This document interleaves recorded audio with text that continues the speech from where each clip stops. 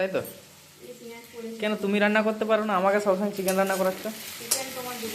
হ্যাঁ, এই পেঁয়াজ দিয়েছি, এই জাস্ট দিলাম। আজকে খুব তাড়াহুড়ো আছে, মানে এই বাইকটা আমার চেকিংয়ের জন্য এসছে, আমাকে ফোন করেও ছিল।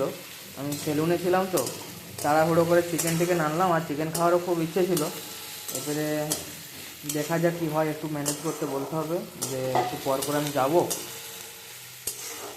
লাঞ্চটা করে দিয়ে। না হলে সে অনেকক্ষণ যে দাঁড়িয়ে থাকতে হবে, টাইম হবে, খেতে খেতে পাবো না। আর আমি না আসলে রেশমিও খাবে না। আর চিকেন তো বরাবর আমিই রান্না করি, যারা যারা দেখেছেন হয়তো জানেন। আর প্লিজ আমাদের চ্যানেলটিকে প্লিজ সাবস্ক্রাইব করে দেবেন।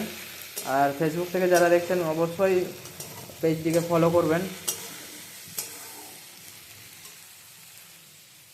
আর কি করবে? শাক করবে না? লাল লাল শাক আর বেঁচে শাক আছে, তাই তো? বাহ, খুব সুন্দর কম্বিনেশনটা, দারুণ না?